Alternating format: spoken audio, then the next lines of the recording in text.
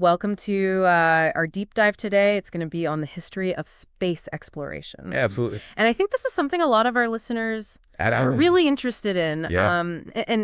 We're not just going to skim the surface here. We're going to really get into it. I mean, the drive, the innovation, the sheer determination to get us from, just looking up to actually venturing out into the cosmos. It's amazing. And, to really understand where we are today and where we're going, I think it's really important to look back and see how we got here. Absolutely. And it all started with those early civilizations, right? Just captivated by the night sky.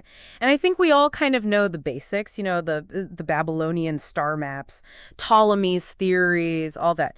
But did you know that the I Babylonians did not. developed a very sophisticated system for predicting lunar eclipses? Wow. Pretty amazing Yeah. when you think about it. And they even had like a concept of a celestial sphere. I mean, without telescopes. Yeah. That's amazing. Right. To just conceive of that? Yeah. Think about that. That's pretty wild. Yeah. So, just their observations Oh, absolutely. and their ability to kind of decipher patterns Right. led to some pretty incredible stuff. It really did. And then, building on that foundation, you had astronomers like Copernicus and Galileo who really challenged the existing beliefs about the universe.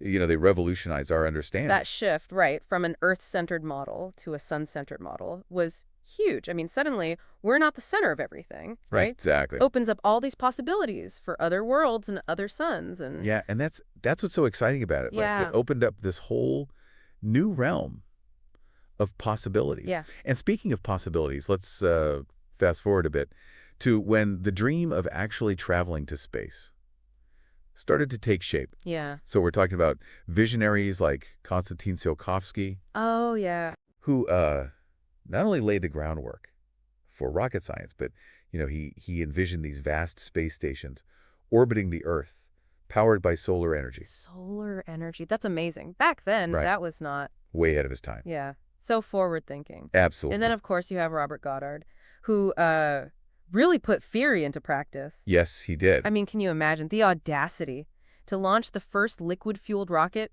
in 1926? I mean, that was a game changer. Talk about a pioneer. He was.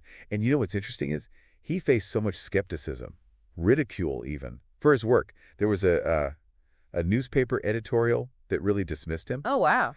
And, it's funny because decades later, they had to retract that and recognize his conversations. Wow. But it just goes to show that sometimes the most groundbreaking ideas are the ones that meet with resistance at first. Yeah, that's a great point. But his work led the way for, what we all know, the space race. The Cold War was in full swing. And suddenly space exploration became, the ultimate battleground.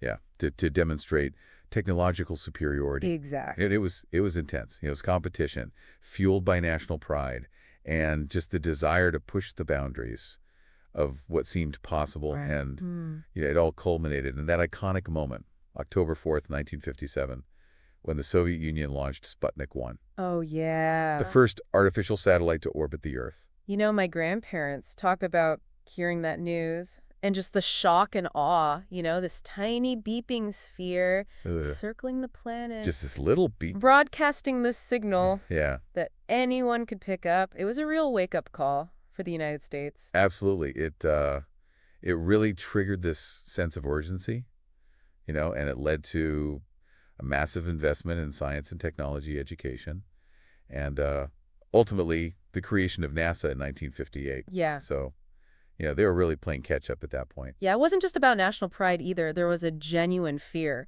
right? If they can launch a satellite, they can launch anything. Right. I mean, the stakes were incredibly high. They were at This wasn't just about exploring the cosmos anymore. It was about military and technological dominance. Yeah, it was a whole new era. And that sense of urgency, I think, really fueled some truly remarkable achievements It did. in a very short period of time. It really did. Amazing. Yeah. And then it wasn't long before the focus shifted from just getting to space to actually putting a human into orbit. Right. April 12th, 1961, Yuri Gagarin becomes the first human to orbit the Earth. Yeah, and suddenly a whole new kind of hero is born. A new era. Yeah. I mean, Gagarin's flight, it was a huge propaganda win for the Soviets. Oh, absolutely. But it also captured the imagination of the whole world. He really did. This ordinary man a former factory worker, achieves something truly extraordinary. Yeah, it showed what was possible. It really did. It was a symbol of human potential and a reminder that we can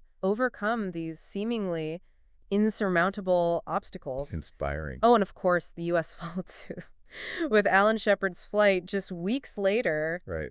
But it was President Kennedy's bold challenge in 1961 that really shifted things into overdrive. Yeah, that challenge to land a man on the moon before the decade was out. I Yeah. mean, that was a game changer. And that launched the Apollo program, which was just this monumental undertaking. It really was. It wasn't just about building a rocket, it was developing all this new technology, Yeah, life support systems, navigation computers. all while under immense pressure and scrutiny. Absolutely. And let's not forget the human element here. The astronauts who volunteered for these missions were putting their lives on the line. Yeah, they were true pioneers. Test pilots. Pushing the limits of human endurance and facing unknown dangers. Right. That sense of risk and daring is what makes the story of Apollo 11 so compelling. It really does. You know, the world held its breath as Neil Armstrong and Buzz Aldrin descended to the lunar surface, July 20th, 1969. Yeah, that was a moment that transcended national boundaries.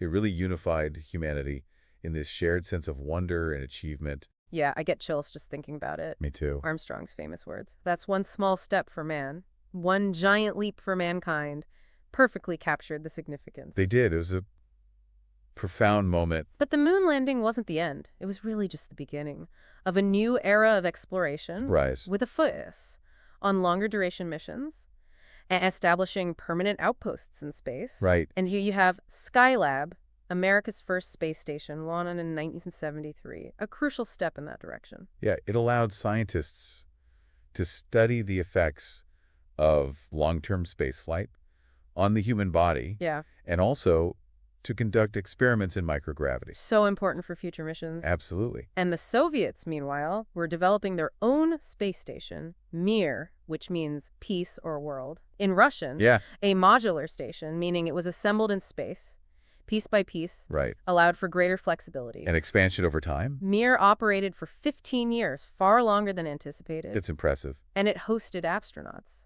from numerous countries, It's it. demonstrating this growing international cooperation in space exploration. Yeah, that was a really important development. Yeah, which brings us to the International Space Station, the ISS, perhaps the most remarkable example of global collaboration in history. It really A is. symbol of what we can achieve when we put aside our differences and work towards a common goal. I love that. The ISS has been continuously occupied for over 2 decades. Yeah. It serves as a unique platform for all kinds of scientific research. Right, from biology and medicine to material science and astrophysics. Yeah. Did you know that they've been able to grow protein crystals in microgravity that are much larger and more perfectly formed than those grown on Earth? Wow, I did not. Yeah, That's incredible. it's led to breakthroughs and drug development and our understanding of protein structures. Wow, so this massive structure, orbiting hundreds of miles above us, is constantly pushing the boundaries of human It's knowledge. amazing. But of course, getting to and from the ISS and conducting research in space required a reliable and reusable spacecraft. Right? And that's where the Space Shuttle program Yeah. comes in. The space shuttle was a technological marvel. It was. The first reusable spacecraft, designed to transport astronauts and payloads to and from low Earth orbit. It revolutionized access to space. It really did. Those images of the shuttle launching with its twin solid rocket boosters, thundering away, a Iconic. symbol of American ingenuity Yeah, and a source of national pride. absolutely. But the program also had its share of tragedy. It did. Challenger in 1986 Right. and Columbia in 2003, Right. reminding us of the inherent risks involved in space exploration. Those were dark days for NASA and the space community. Yeah. But even as we grieved, we continued to explore, to push the boundaries of what was possible. We did. And while human spaceflight was capturing the headlines, robotic explorers were quietly making their own history. They were. Voyager 1 and 2 launched in 1977. Still going strong. They've crossed the boundary into interstellar space. Wow. Sending back data. That's transformed our understanding of the outer solar system. That's incredible. And they're still expanding our horizons. Yeah. And then there's the Hubble Space Telescope, launched in 1990, revolutionized astronomy. Yeah, providing stunning images of distant galaxies, nebulae, and other celestial wonders. It's helped us to refine our estimates of the age of the universe, Yeah, understand the life cycles of stars, and uncover new planets orbiting other it's stars. really remarkable. It's mind-boggling to think of these robotic emissaries traveling billions of miles, sending back this data. That's changing our understanding of the cosmos. Really awe-inspiring. And then there are the Mars rovers, these intrepid explorers. Oh, yeah. Captivated the world with their discoveries. They have. Spirit and Opportunity landed on Mars in 2004, far exceeded their expected lifespans. They did. Exploring vast distances. Yeah, and sending back data that heated at the red planet's watery past. So interesting. And then Curiosity landed in 2012, exploring Gale Crater, analyzing rock samples, searching for signs of ancient microbial life. It's amazing. These rovers have sparked our imaginations, fueling our desire to learn more about Mars and the possibility of one day sending humans there. Absolutely. Which brings us to the 21st century. A new era of space exploration is unfolding, It is. driven by both national space agencies and ambitious private companies. Yeah, it really feels like we're at a turning point, with companies like SpaceX and Blue Origin and Virgin Galactic, really pushing the boundaries. Yeah, they're making space more accessible than ever before. SpaceX especially has made incredible strides with its reusable rockets, like the Falcon 9 and the Falcon Heavy, Right. drastically reducing the cost of launching things into orbit. And their Dragon spacecraft has become a workhorse for transporting cargo and astronauts to the ISS. It's really amazing to see how they're pushing the envelope, not just with their technology, but with their ambition. Yeah. I mean, their goal is to establish a self-sustaining colony on Mars. It sounds like science fiction, I know. but it's becoming more and more realistic. It seems within reach. Yeah. It's a bold vision. It is. And it raises so many questions. It does. How do we ensure the ethical exploration of Mars? How do we make it sustainable? What kind of challenges will humans face living in that environment? It's a whole other world. Big questions to think about Big question. as we venture further into space. And while SpaceX is focused on Mars, you have companies like Blue Origin and Virgin Galactic that are focusing on space tourism, Right. opening up spaceflight to people beyond professional astronauts. Yeah, what do you think are the narrations of that? I mean, it's hard to say, but it's fascinating to think about.